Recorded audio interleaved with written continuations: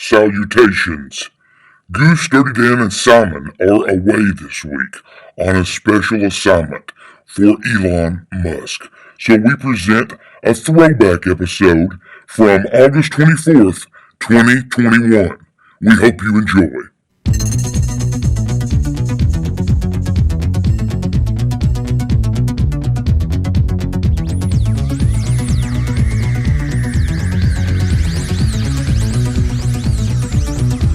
I have come here to chew bubblegum.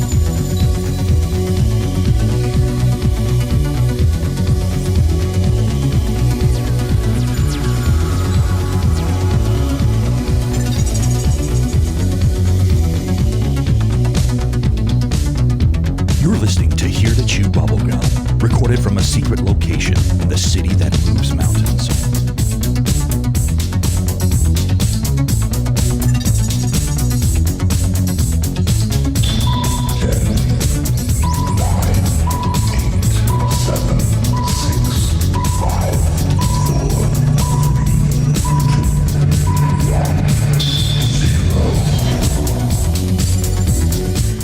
Greetings. I have come here to chew bubblegum and kick, and I'm all out of bubblegum. There you go. There you go. How's it going today, Dirty Dan? Oh, it's going. I'm glad I didn't read what was written down from you. Yes, I am too. Of course, it's actually, yeah, dude. I just realized that. I just realized that. See. Usually, I will repurpose our format that we go by. So, and change some segments and stuff around. But I am glad you caught that, and you still said it correctly. Good job, my friend. Good job. How's your day going today? It's going. It's like 1,000,000 degrees here. Yeah, it's about the same back here. AC feels really good. Must be nice. Standing out on the showroom where the ovens are at. That's not very nice. That's actually really, really hot. Yeah, being out in the barbecue pit all day, it's pretty hot. Yes, it is. Before we get started with listener email, coming up on the September 5th episode of the podcast, we'll be doing a roundtable. Yes. Confirmed as of now is you, me, Rebecca, Justin Perkins of Talk Junkie, and maybe somebody else that we just had an interview with. If we can get it worked out, if not, as long as we have DJ back on another time, I'll be really happy. That would be interesting. But people that listen to the show, if you have any topics that you want us to discuss, all you have to do is email myself or Dirty Dan. Goose at HereToChewBubblegum.com, Dirtydan at HereToChewBubblegum.com, and let us know what topics you want us to talk about on the Roundtable Show. Every topic that we discuss will be a listener-requested topic. Ooh. What do you think about that? I'm digging it. Oh, yes. I want to say hello and give a shout-out and plug to Cronkite from Paranormal Trucker. His latest episode... the man formerly known as Cronkite. Yes. Well, I think he may. I don't know what he's going by now, but the Paranormal Trucker. Yes. He said, I'm formerly known as Cronkite. Okay. Well, Paranormal Trucker. He gave us a huge shout out on his last podcast episode, number 3, talking about encouraging people to check out episode 43, which was our second part with DJ Nikki, the representative from Ingersoll Lockwood. So thank you very much. 42. Obviously, is the first part. Yes. Great episode. Tons of downloads. You want to get us some listener email? Yeah. Okay. I'll start out this week if you don't care. Go for it. Believer writes, "Hello, Goose and Dirty Dan. I recently did an online hypnosis session for forgotten memories. I didn't know what to expect, but what I saw shocked me. I saw Walt Disney. He was at a table with what looked like a model of the 1964 World's Fair. So weird. I kind of got emotional. So strange. If you ever get a chance to do this, I highly recommend it, Roswell." Thank you very much, Believer, for writing in. Have you ever been to a hypnosis in person or online? No. Me neither. I don't know how I feel about it. Would you?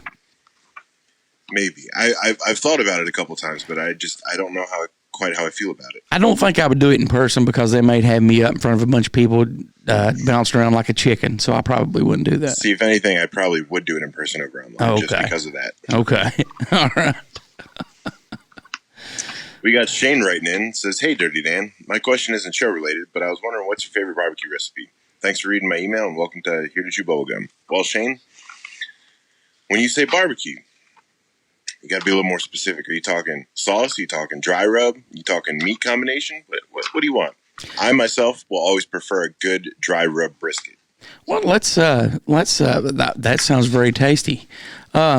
What about sauce? What's your favorite sauce? Do you make your own sauce? Sometimes I do, sometimes I don't. I tend to like spicier stuff. Is it a secret recipe? I mean, it's not published, so I can tell by the look in your eye. You are not going to reveal what you put in your barbecue sauce. I can reveal the generic stuff, but there's just certain amounts of certain things that a man can't talk about. It's sacrilegious. There you go. Benjamin says, "Hey guys, I hope that you are." He's actually said dinner, but I think he means doing. I hope that you're doing good. What have you guys been up to this summer outside of the show? You want to take that one first? Working at the barbecue pit. I've been working at the cookie factory. I did have a vacation back the 1st of July. Went to Florida, which I love Florida. I used to want to relocate there. The older I get, no. What's wrong with you? No, I don't want to relocate there anymore. But that's pretty much it. We've been doing the show. Hopefully in October, November, we'll start the Sunday video shows back up and do some stuff like that. I think we'll do some like this, maybe on Zoom or something that we put up. And maybe you can go out and take some video footage of, the area you live in and stuff, and I'll do the same, and we'll just go right on. Oh, yeah. That'd be good. That'd be fun. Thank you. All right. We got Reed writing in. "Hello, HTCBG. I'm seeking information on the papers that Goose got sent to him a few months back in reference to the plans to build a moon base. I believe he said they were from the late 50s or early 60s. I've been meaning to ask this for a while, but just now getting around to it. Any information is much appreciated. Roswell." Those were from I think it was 1959 or 58 or 59. And I did email those back to Reed, the link. And those are still fascinating. We may have to pull those out again, and I'll have to get your opinion on some of those. Yeah, that'd be fun. Lori from the UK says, "Hello, it's been a while. I'm really liking the new shows. Why doesn't Dirty Dan have an accent similar to yours, Goose? I'm also listening to the radio shows on the apps." Well, it's very simple. He's not from the area that I'm from originally. He is a transplant, but we're happy to have him. And, Lori, I actually come from a place not too far from you. I was born in Germany. So, one of Lori's first letters or emails when she first wrote in, and I would have to, and I think I've still got it saved. She said that once she got past the accent, she actually enjoyed the show. But getting past the accent at first, especially somebody from the United Kingdom, was a little bit rough on her. So thank you very much, Lori. And the simple fact was he was born in Germany and grew up all over and traveled all over, and he just don't have the down home country Bill Clinton coal miner accent. There you go.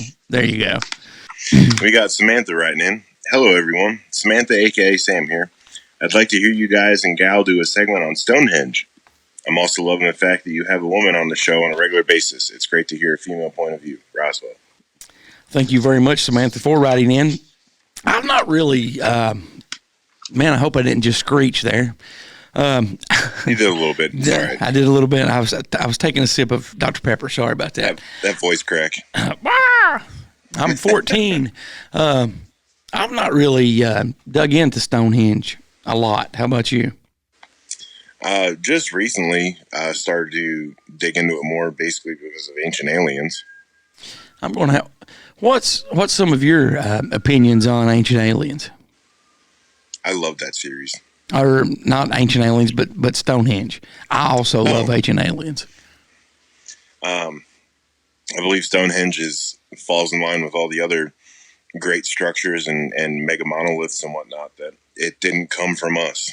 Well, we want to thank all of our listeners for emailing in. You can always call, text, or leave a voicemail. Keep it clean, and we'll play it on the radio at 606-373-3396. That's 606-373-3396. Or they can email. How can they do that, Dirty Dan? Oh, they can email us at goose@heretotchewbubblegum.com. You can email dirtydan@heretotchewbubblegum.com. You can email Rebecca at heretotchewbubblegum.com. Or you can email Pup, Ned, or Elliot at heretotchewbubblegum@yahoo.com. And thank you very much. We're going to move right along to segment 1, and we're going to open up with some announcements in segment 1. Is there an ice cream truck going by you? There is an ice cream truck going down the road, and I'm struggling to not grab my wallet here, Jason. That is what I thought. Let's see. Midlife Crisis has a new album coming out on September 10th. It's available on CD, USB stick, iTunes, Spotify, Amazon Music, and more. And the name of the album is Have a Little Faith.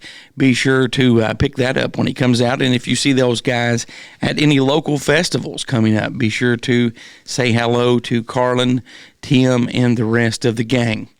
Well, on Friday, August 20th, Kentucky native and legend passed away. I'm talking about Tom T. Hall. He passed away at the age 85 in Franklin, Tennessee. He was nicknamed the Storyteller and was an American country music singer and songwriter. And he was also a short story author. He wrote 12 number one songs, with 26 that reached the top 10, including the number one international crossover hit, Harper Valley PTA. We send our condolences out to Kentucky native Tom T. Hall's family. Did you ever get into Tom T. Hall? I have a couple Tom T. Hall songs. I do too. My grandmother used to have some 45 records of his. Also, from Mothman.com, the 2021 Mothman Festival has been canceled for this year due to local public health and city official concerns with COVID, and they're hoping that 2022 is a better year. And do you know what happened on Saturday, my friend? You know what passed by our planet? A giant asteroid. Yes, it did. It had whizzed by the asteroid. 200 feet, right? Yes. The asteroid, 2016 AJ193 flew past the Earth at a velocity of 58,000 miles an hour. The next time that it will pass Earth will be August 19th, 2080. 58,000 miles an hour. Yes, that's just a little fast, That's freaking fast, man. So, oh, yes, it is. And we also have some new listeners to our podcast show from Panama. Yes, they're from Panama. So now this brings our Panama City, Panama? just Panama is all it says on the country. Yes. So now people that on the planet that listen or have listened to Here to Chew Bubblegum, United States, Canada, Australia, Finland, United Kingdom, Germany, New Zealand, Ireland, India, Israel, the Philippines, Singapore, Nigeria, Indonesia, France, Norway, South Africa, Poland, Brazil, and now Panama. Hopefully, the listeners from Panama, please write in and let us know what you think about the show. And you can also listen to our show on this station or the app of the station, or you can listen to the podcast show on iTunes, iHeartRadio, Spotify, Anchor, Google Podcast, and anywhere you find top quality podcast programming. And as well as HereToChewBubblegum.com. Yes, as well as HereToChewBubblegum.com. We're going to take a quick break, and we'll be back in just a moment to talk about JFK and some other conspiracies. And what are you going to be talking about, Dirty Dan? The tallest man in the U.S. has passed away, sadly. Oh, well, I hate to hear that. You're listening to Here to Chew Bubblegum, and we'll be back in just a moment. You can always call, text, or leave a voicemail for Here to Chew Bubblegum at 606-373-3396. You can also send an email to Goose at HereToChewBubblegum.com, Dirty Dan at HereToChewBubblegum.com, or Pup, Ned, or Elliot at HereToChewBubblegum at Yahoo.com. Are you a horror movie fan? Yeah, I dig horror movies. Are you searching for a great internet horror talk radio show to listen to? Why, sure, that sounds quite spiffy. Then you need to tune into deadpit.com.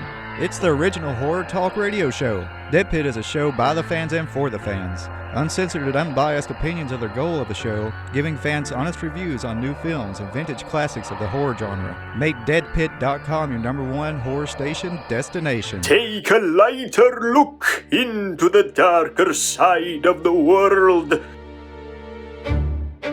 Join Elliot, Gertie, and Beagle as they jump into the dark abyss of hauntings, fables, UFOs, and beyond. The Spooky Family Podcast. You can find them where you listen to quality podcasts.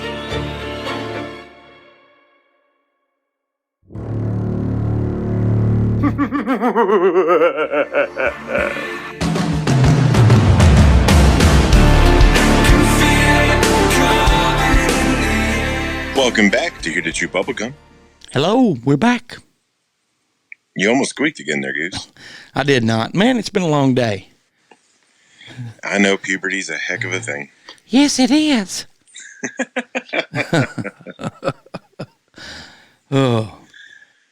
Oh, well, unfortunately, I've got some news that's a little sadder. However, I think it's something that pretty much everyone has looked up to, and that's Igor Vovkovinsky, who is the tallest man in the U.S., has passed away. Igor Vovkovinsky, the tallest man in the United States, has passed away in Minnesota. He was 38. His family said Vovkovinsky died of a heart disease on Friday at the Mayo Clinic in Rochester. His mother, Svetlana Vovkovinsky, an intensive care unit nurse at the Mayo Clinic, initially posted about his death on Facebook. Vovkovinsky was born in Ukraine and came to the Mayo Clinic in 1989 as a child seeking treatment. A tumor pressing against his pituitary gland caused it to secrete abnormal levels of growth hormone. He grew to become the tallest man in the U.S. at 7 feet 8.33 inches and ended up staying in Rochester. His older brother, Ola Leiden of Brooklyn Park, told the Star Tribune of Minneapolis that Vovkovinsky was a celebrity when he arrived from the Ukraine because of his size and the flickering Cold War of the late 1980s. But Leiden said Vovkovinsky would rather have lived a normal life than be known. Vovkovinsky appeared on the Dr. Oz show and was called out by President Barack Obama during a campaign rally in 2009 when the president noticed him near the stage wearing a t-shirt that read, "World's Biggest Obama Supporter." In 2013, he carried the Ukrainian contestant onto the stage to perform the Eurovision Song Contest. When he was 27, Vovkovinsky traveled to New York City and was declared America's tallest living person by Guinness World Records adjudicator on Oz's show. He edged out a sheriff's deputy in Virginia by 1/3 of an inch. He issued a plea in 2012 to cover the estimated $16,000 cost for specially made shoes that wouldn't cause him crippling pain. At the time, he said he hadn't owned a pair for years that fit his size 26, 10E feet. Wow. That's big shoes. Big shoes. No, I wear an 18. I feel for this guy. Thousands donated more than double what he needed. A team of 10 Reebok designers used laser technology and molds to custom make 3 pairs of shoes for Vovkovinsky, CBS Minnesota reported. "Now that I've seen them, I'm overwhelmed," he told the station in 2012. Vovkovinsky was born September 8th, 1982, in Bar, Ukraine, to Vovkovinska and Oleksandr Leiden, according to Ralph Friends and Vine Funeral Home, which is holding a memorial service on Saturday. His father died earlier. Vovkovinsky appeared in the 2011 film Hall Pass in a scene with star Jason Sudeikis, and on stage at the 2013 Eurovision Song Contest, CBS Minnesota reported. Well, that's very sad. Our thoughts and prayers go out to his family. So he wasn't a basketball player. No, but good Lord, 26. Yeah. That's 8 sizes bigger. Yeah, you really wear a size 18. Yeah. Just out of curiosity, and you don't have to share this if you don't want to, how much do you pay for like a pair of just tennis shoes? About $500. Really? What about work boots? You don't want to know. $500 for a pair of shoes. See, I'm also flat-footed, and my feet are narrow. So, I just struck 1,000% when I I got picked for my feet. That was Right. It's not good. No. It's not good. Where do you get your socks at? Duluth Trading Post, actually. Okay.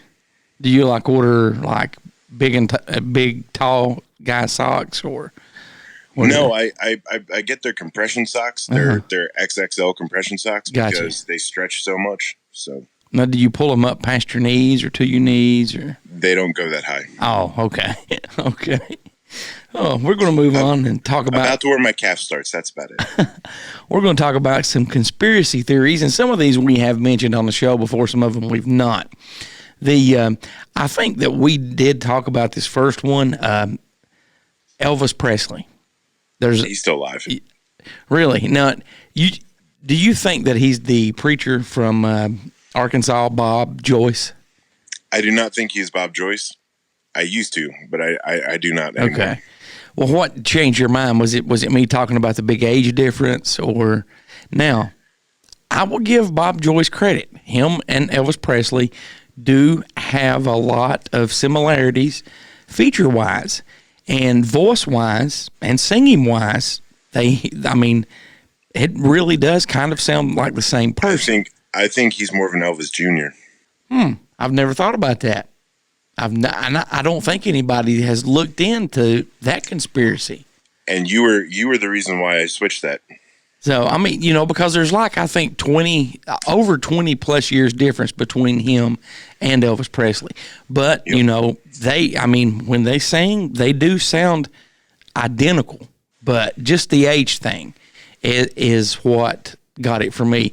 And if you've never heard of Bob Joyce, anybody in our listening audience, just look him up on YouTube. Just search in Bob Joyce Elvis, and you will be able to find lots of videos and information on why people think he is Elvis Presley. That is a very good thought, though, my friend, about him being Elvis Jr. Yep. So I'd never thought that. That is where I went with it. What about Katy Perry? Have you heard about the one about her, who they say she really is? Well, some people are claiming that Katy Perry is actually JonBenet Ramsey, and that the incident never happened, and that seriously, and that Katy Perry is or was JonBenet Ramsey.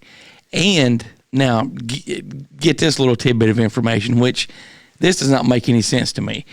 They say that if you look at the pictures, that their eyebrows are the exact same. And some people are claiming that your eyebrows do not change from the time you're, little until, all through life. Okay, so what happens when you go to get your face done and they do your eyebrows and whatnot? I have no idea, but they were talking about the structure and so forth. But I actually laughed out loud when I heard that one. I don't buy that one either. I do not buy that one either. JFK Jr. And I know you know my theory on JFK Jr. We talked about that one on the show, but we talked about that one in depth, and I'll try not to go too in depth. But the theory on JFK Jr.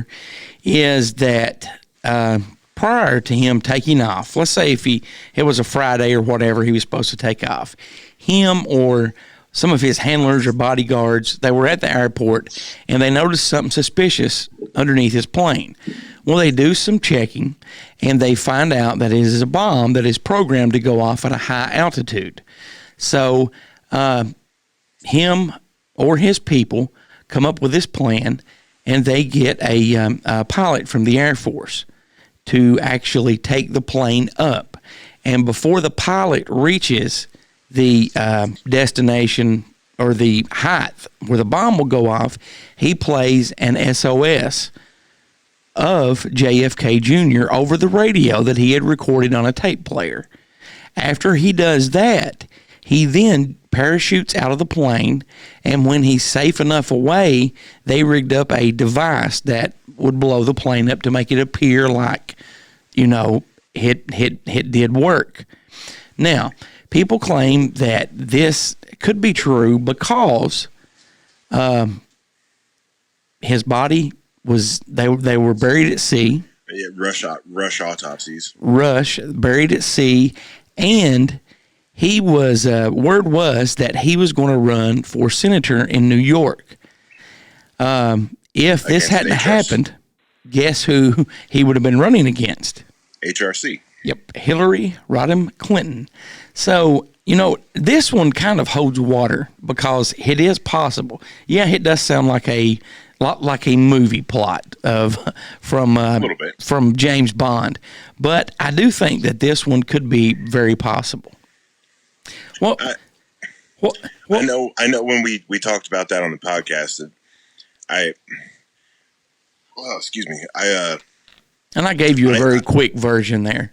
I agreed on that, but I played devil's advocate based on some substance issues he had going on that he might not still be alive today, but he could have been alive then. Yes.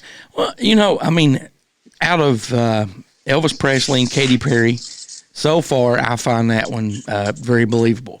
That's definitely the most believable. Now, his father is surrounded in conspiracy theories, JFK. 6 people in the car. Yes. And, I want to read something real quick and then get your feedback on it. Okay. Project, and this is in reference to JFK. Project Blue Book was a government operation supposedly investigated UFOs from 1952 to 1969. And its results certainly didn't lend credence to the possibility of alien visitors. The group, led by Air Force General, and remember this name, Charles Cabell, and astronomer J. Allen Hynek, found reasons to dismiss an overwhelming number of reported sightings, often with rather dubious explanations, such as the witnesses saw military flares from miles away. Apparently, these were the type of military flares that quickly change direction and elevation at will. If their questionable explanations weren't enough to cause doubt, a bit more research on these two individuals brings a lot of questions. Okay, Charles Cabell was later forced by President John F. Kennedy to resign his post following the Bay of Pigs fiasco. Less than a year later, Cabell's brother, Earl, was mayor in Dallas when JFK was assassinated and reportedly played a role in making the late change to the motorcade, which took them through Daley Plaza. What's your thoughts on that? Did you ever know that the same guy that... I did not know that. I didn't either until here recently. And, to me, that's just big red flags up. You've got a general that was relieved of his post, and then his brother is mayor of the town that you're visiting, and that is one of the guys that's influential in changing the route around. Now, there's also a memo, and the story of the memo combines UFOs cover-up with the assassination of John F. Kennedy, and this is a gold mine for conspiracy theorists. William Lester says he uncovered the memo while doing research for a book based on Kennedy, a memo written by JFK and addressed to the CIA in which the president requests confidential information about UFOs. The top-secret memo supposedly written on November 12, 1963. In the memo, the president ordered the CIA director to organize the agency's intelligence files relating to UFOs and to debrief him on all unknowns the following February. 10 days later, Kennedy was assassinated. So he sent out a thing demanding to know all about, and in that report it says unknowns. It was in quotation marks.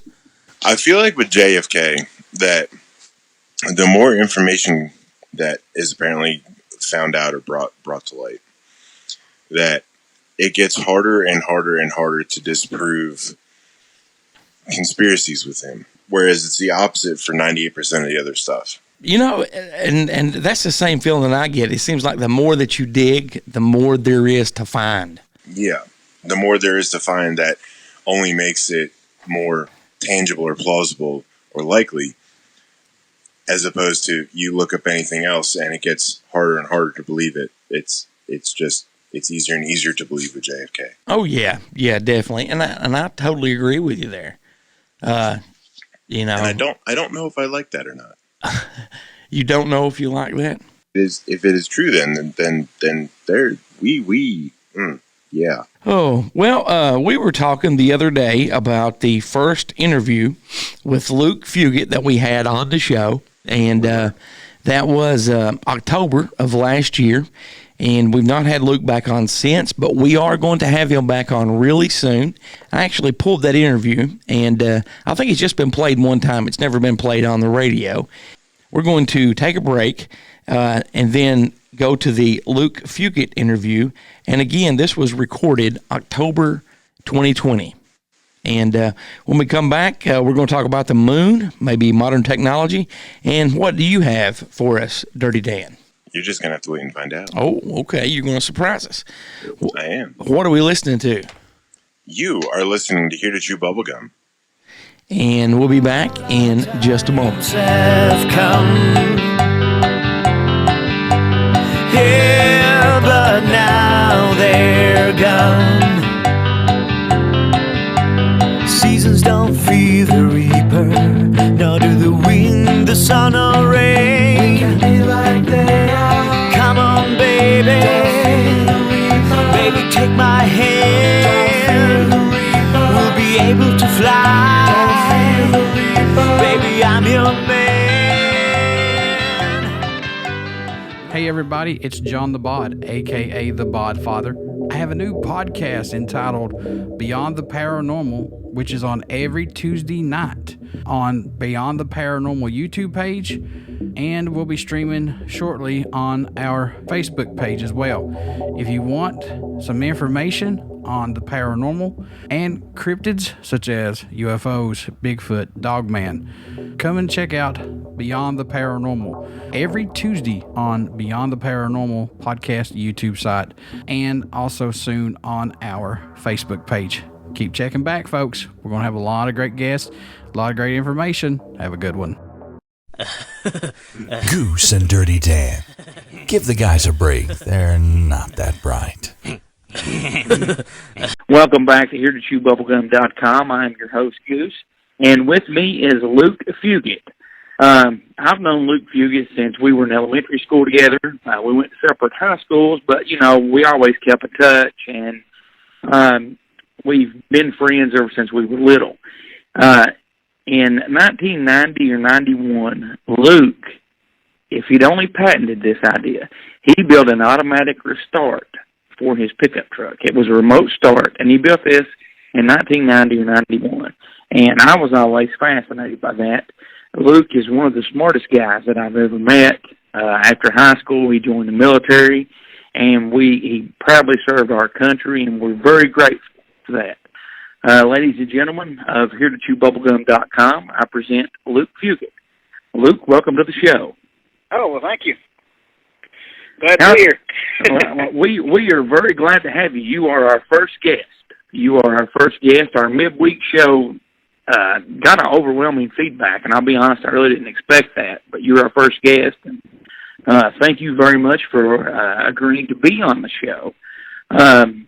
One of the things that I didn't know about you until a few months ago is that you have a YouTube page. Oh, yeah. Now, if you want to, give us the URL or tell us how to find your YouTube page. It's just Luke Fugit at Luke Fugit at YouTube.com. Just that takes you straight to it. Well, I am very glad that Luke's a personal friend of mine. He's a YouTube rising star and inventor. And sometimes when I can't sleep of a night, I end up watching these Indian guys use these sticks and build pools and stuff like that. But one night I was on YouTube and just looking around, and I found your channel, and I think it was one of your solar panel projects that caught my attention. Actually, not the project, but who was hosting the show, and that was you. And I'm like, I know that guy. And that first night, I think I spent probably an hour watching some of your videos. So I probably, that. Well, you're very welcome. I was probably late for work, so my boss probably don't appreciate that too much that I found your channel. But one of the things that I was really fascinated by is how you took please jump in if I'm wrong, how you took an alternator and hooked it up to running water from a creek, and you were producing your own electricity with it. Tell us a little bit about that. Oh, it's just Actually, I kind of learned some of that from YouTube, just kind of looking on there. And, I mean, people have done it, but they use real expensive equipment, and it, runs into the thousands of dollars for the stuff that they do. So I wanted to see if I could do it cheaply and just with stuff I had laying around. Well, you were able to, in just that one video. I was fascinated in some of your other videos, and I mean, I was just amazed, and I've always knew you're smart, and I have told people, I think I even said on the midweek show, if there's anybody that could build a time machine, it would be you. We'll get to that in just a minute, but for years, for those of you that don't know, probably for the last 10 to 12 years, I've always aggravated Luke and told him to build us a time machine. We would go back in time. Luke, how did you get started in making YouTube videos? What was your motivation for making videos? I think it was just, I've always built stuff and, did experiments, and it just kind of gives me a creative outlet that I can do this kind of stuff and actually have feedback, because I get comments. And actually, one of the main reasons I even do YouTube is for that comment that says, "Thank you so much, you helped me out with this." I love that because, well, I like helping people, Right.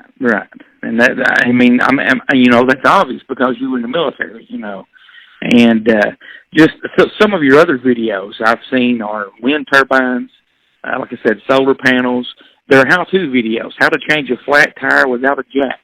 I mean, how did you think of coming up with that, how to change a flat tire without a car jack? Have you found yourself in that situation? I did, and that was the only way that I was able to get home without destroying my rim. I kind of run it off the side of the road a little bit, and back tire popped right straight up, so there I went. Where do you come up with your ideas for what you want to video and document? A lot of it is just things that kind of just come about in my life, a project I'm working on right now is a device to make, I work in traffic control, and it's a device to make myself and the work crew safer by having an early warning system in case there's a work zone intrusion. Well, that's fast. I'm sure you're not going to post that right now. You're going to not do what you did when you were in high school. You want to patent this thing first, correct? Right. I'm going to at least get a provisional patent on it before I actually release any details. Well, good. What's your favorite part of making the YouTube videos? What's the process that you use to make the videos? Oh, I guess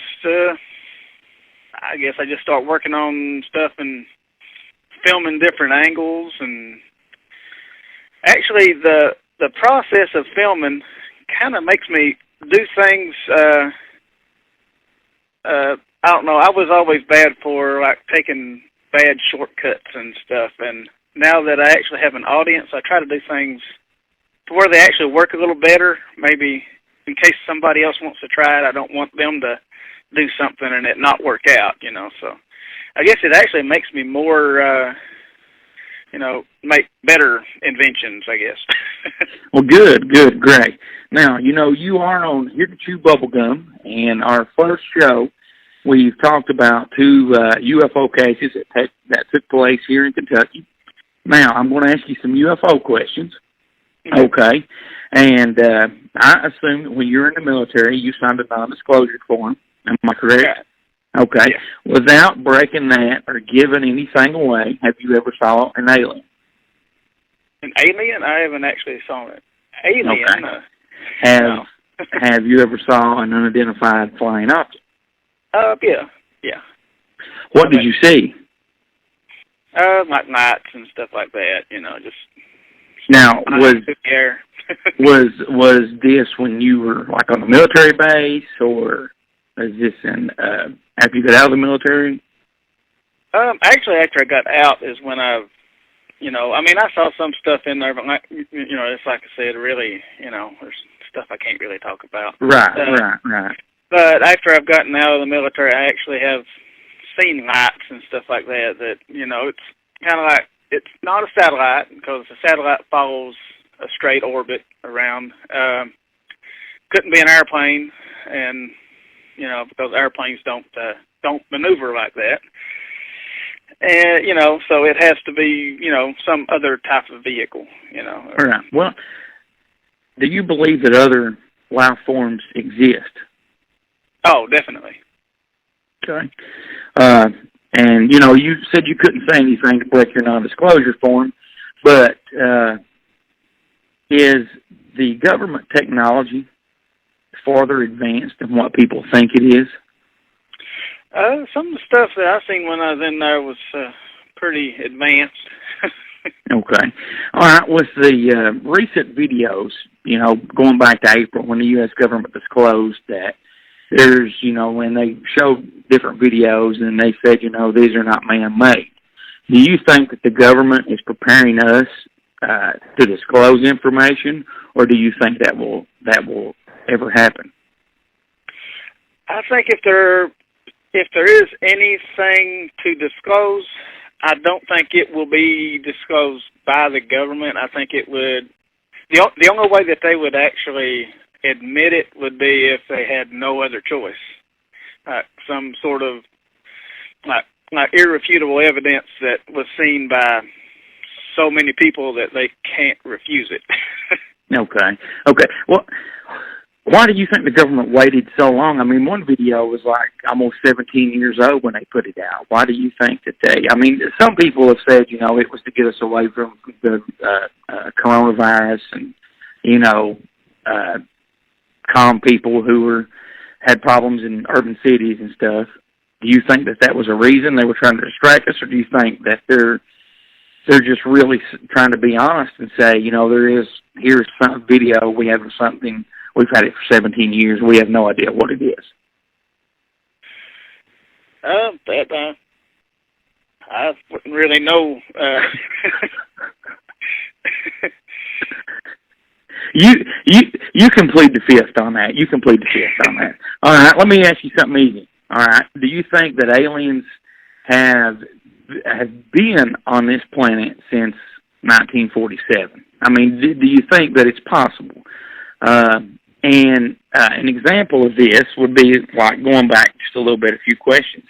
We talked about modern technology. It had to come from somewhere. Do you think that it came from some species or someone that is not of this planet? That is You can plead the fifth on that one too, if you want to. Well, see, I really don't know, but it does seem like our technology has advanced pretty quick, and it's like advancing at an accelerating rate. And I mean, some of the stuff that I do, like with electronics, I don't see how they make the leap from one advancement to the next.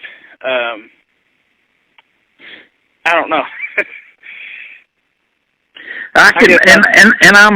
I'm right there with you. I mean, you look back, 20 years ago, in the 1990s,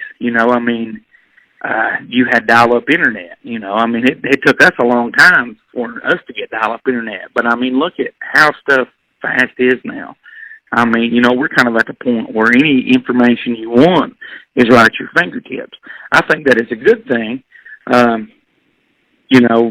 There's some other technology in like medical fields and stuff that I think that could advance us further, but there's government restrictions and so forth that you can't do that. And to me, I'm just mesmerized and fascinated by all this stuff. Yeah, there have been some leaps and bounds in technology, and it had to come from somewhere. Yeah, and I totally agree with you. Have you ever been to Roswell by any chance? You kind of broke up there. What was that? Have you ever been to Roswell, New Mexico, by any chance? No, I haven't. I would like to visit there, though. I know you can't get right close to it, but I would like to. No, well, me and my son drove out there last year. We landed in Dallas and rented a car and drove out. And I was just mesmerized by the hotel. I mean, it was just, and we were doing the typical tourist stuff, went to the little alien museum, and I was just totally mesmerized. And we actually went to the Air Force Base where, the material was allegedly taken to first. And if you ever get that chance, I know you like to travel because, ladies and gentlemen, this guy took an old school bus and has turned it into a really nice motorhome. And he features it on his YouTube channel. And you've named it Zephyr, correct? Yeah, right. All right.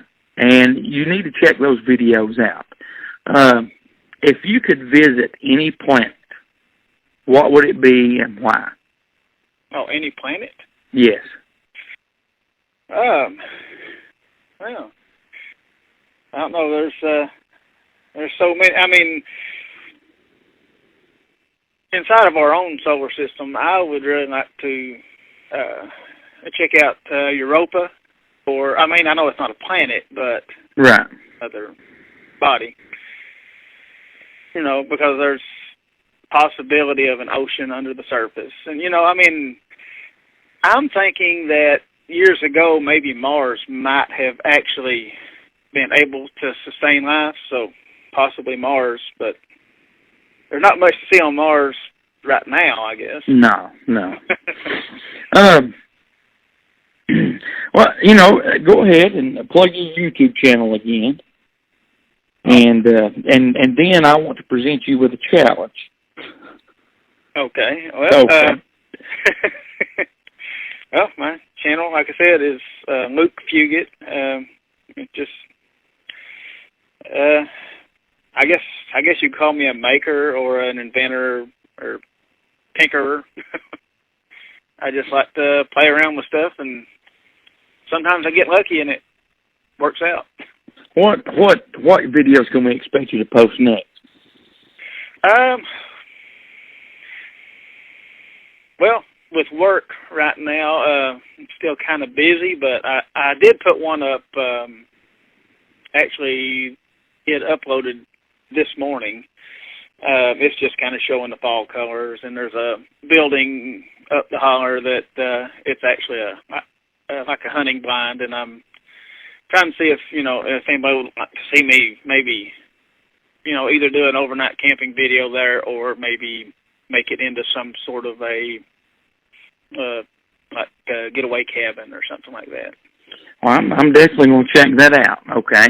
Now, this next part, and I can send you the instructions. I will read them for the sake of the show when we're doing an audio interview, but I can send you these. But I want to challenge you to come back on our show, and what I'm going to challenge you with is this. It might sound a little bit crazy at first, but if there's anybody that can do it, I know it's you.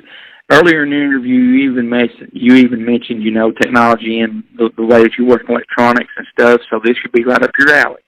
And I would like to challenge you to try to build a radio that you can intercept future radio signals from. Okay, so basically, you've heard of the chronovisor, the TV that's supposed to give, you can watch history or future events. I would like to challenge you to build a radio that picks up future radio signals. Okay, how it works, the future radio signals are constantly being emitted into the present because of the vast amount of energy around radio signals. They're broadcast from a transmitter on a frequency for your car radio to receive it. So by building a solar receiver, you can do this. If a power source, you got to have a coil. You can cancel out the electromagnetic field from the power source. Let's see. And a lot of this stuff I'm reading over my head. Like I said, I will text you this.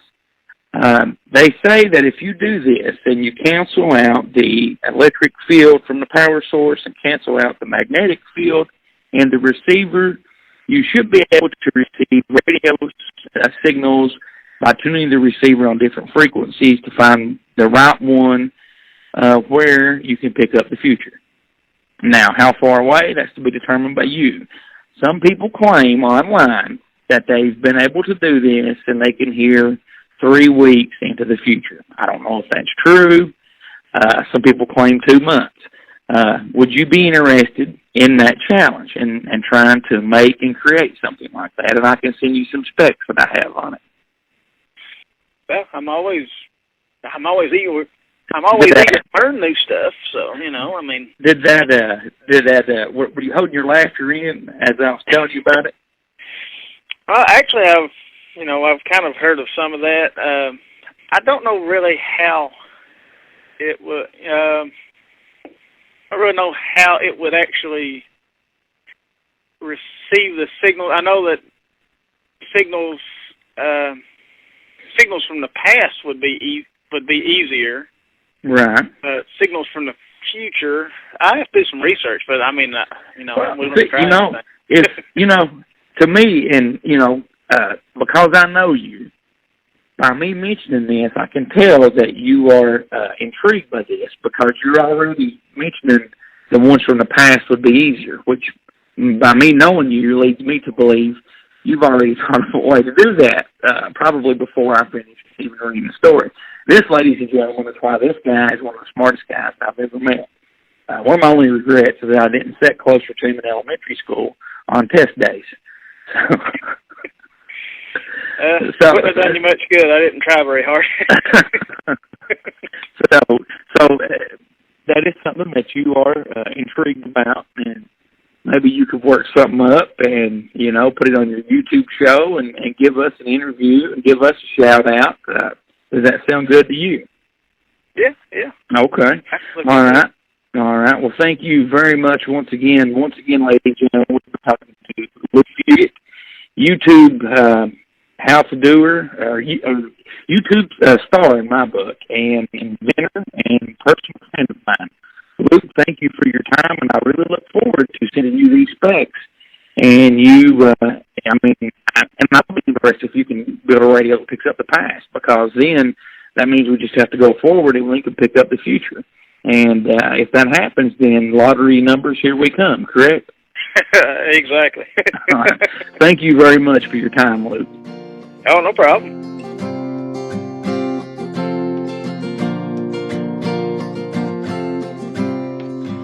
She's a good girl. And welcome back to Here to Chew Bubblegum. Oh, Goose yes. And Dirtydan. Yes, it is. Man, it's hard to believe that interview's been almost 1 year ago. Time flies. Time flies. Especially when you're having fun. And, during this time, it's I will admit it's been a few weeks since I've looked at Luke's YouTube page, but he has built an entire cabin off grid. He has a chair in it that raises up and down. Honestly, it raises from the floor up to, it's just wild. I'll have to send you the link to his YouTube channel. Yes, please do. But he's very, very, very smart guy. Due to time restraints, I may save the moon story, so I will let you entertain us, my friend. Well, Elon Musk has Tesla bots will hopefully be sent to work on Mars in inhospitable environments. Tesla CEO Elon Musk on Friday said the company's artificial intelligence bots may one day be able to work on Mars, a vision seemingly ripped from the pages of sci-fi novels. Musk on Thursday announced that the company was working on a Tesla bot with a human form that would co-opt some of the AI the company has developed for its electric vehicles. One of Musk's other companies, SpaceX, has been focused on returning humans to the moon, then heading to Mars. A Twitter user had asked Musk if the bots would be mass-produced and sent to the Red Planet as laborers. Hopefully, Musk replied. The tweet that Musk was replying to also said his bot project mirrored the efforts of a fictional scientist from Isaac Asimov's I, Robot books, a series that began publication in the 1950s. In those stories, humanoid robots work alongside humans. A Twitter user on Friday compared Musk with Lawrence Robertson, a character who co-founded U.S. Robotics and Mechanical Men, the fictional company that built humanoid robots. In I, Robot, Robertson said the idea was to accustom people to working with one humanoid robot, and once they realized the enormous potential, they would clamor for more. On Thursday, Musk said it has profound applications for the economy, and in the future, physical work will be a choice. Tesla said the bot would have cameras for eyes and would use its self-driving software to navigate its surroundings. The company also said it would have a new Dojo chip, a supercomputer focused on machine learning. Musk, in announcing the Tesla robots on Thursday, seemed to acknowledge concerns that the robots would turn violent, saying most people would be able to overpower the 125-pound bots. We're setting in it such that it is a mechanical level. At a physical level, you can run away from it and most likely overpower it, he said. The public's fear of AI robots turning violent was natural, Asimov wrote in iRobot. One of his characters called the concern the Frankenstein complex. Far too many Hollywood movies portrayed them as unstoppable weapons that, invariably, turned upon their creators, Asimov wrote in the novel. Others panicked over the idea that the robots might replace humans in usefulness for jobs, perhaps even for procreation. Do you, and that segues in nice to modern technology. Would you be afraid of a robot, like to work around the house or...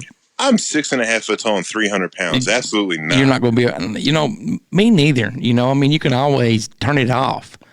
I would love a little extra help around here. I'm sure Rebecca would too. But, like I said, that segues nicely into modern technology. Man, we've come a long way. It won't be long. If this does work, that you'll have robots serving you at McDonald's or any fast food I'm just place. thinking of a personal standpoint. Like, you don't have to be uncomfortable buying a bidet and having water used. You can just have someone just whoop for you. Well, yeah. See, now you're thinking way, way, way ahead.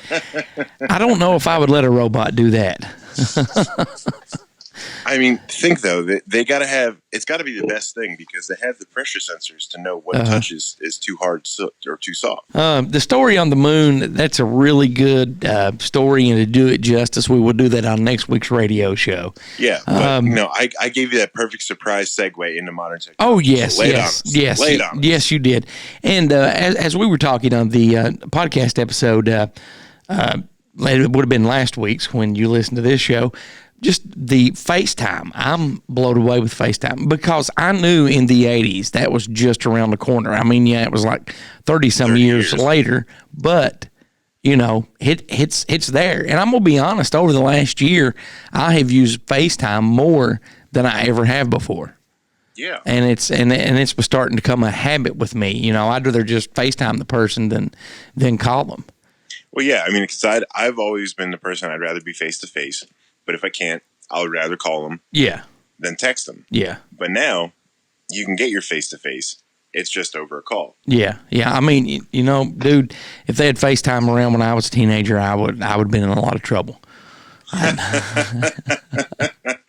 All month long, we're talking about Adventures with Purpose. Tell us a little bit about that. So, last night, I actually I shared with you a video that my two worlds collided. Yes. Being the diesel mechanic and Adventures with Purpose. These guys are a group of amazing people who have taken their talents and connections to the highest degree of self-service to give back to those who need it the most. If you open up your YouTube app or youtube.com, go to search Adventures with Purpose, and you'll come up with this page of guys who literally have quit their jobs before to go around the U.S. and solve cold case files or missing persons files. They are specialized sonar search and recovery divers. And all they do is volunteer their time and their resources and their connections to go around and try and help bring a little bit of closure to a person, a family, or a whole community. And if you like them, give them a thumbs up. Every little bit helps. If you want to contribute more or you want to buy something from them, go to Sam and Jared's website, adventureswithpurpose.com. Very, very well said, my friend. I want to thank Carlin for all the voiceover work and to remind everyone that Midlife Crisis new album, Have a Little Faith, comes out September 10th. You can get the album on CD, USB stick, iTunes, Spotify, Amazon Music, and more. Also, special thanks to the guys over at deadpit.com, CK, Uncle Bill, and the rest of the gang. Be sure to check out Down on the Holler with Jordan and Brad. Don't forget about Talk Junkie with our friend Justin Perkins and Seth's Daily Podcast. If you're into spooky stuff, ghost and paranormal, be sure to check out spookyfamilypodcast.com. And if you want to awaken more, check out Rebecca Short on TikTok. That'll do it for this week. We'll see you next week, and until then, so long for now. Maybe I'm not leaving. Maybe I'm just going home. Thanks for listening to Here to Chew Bubblegum. Tune in next time as we dive deeper into things the government doesn't want us to know.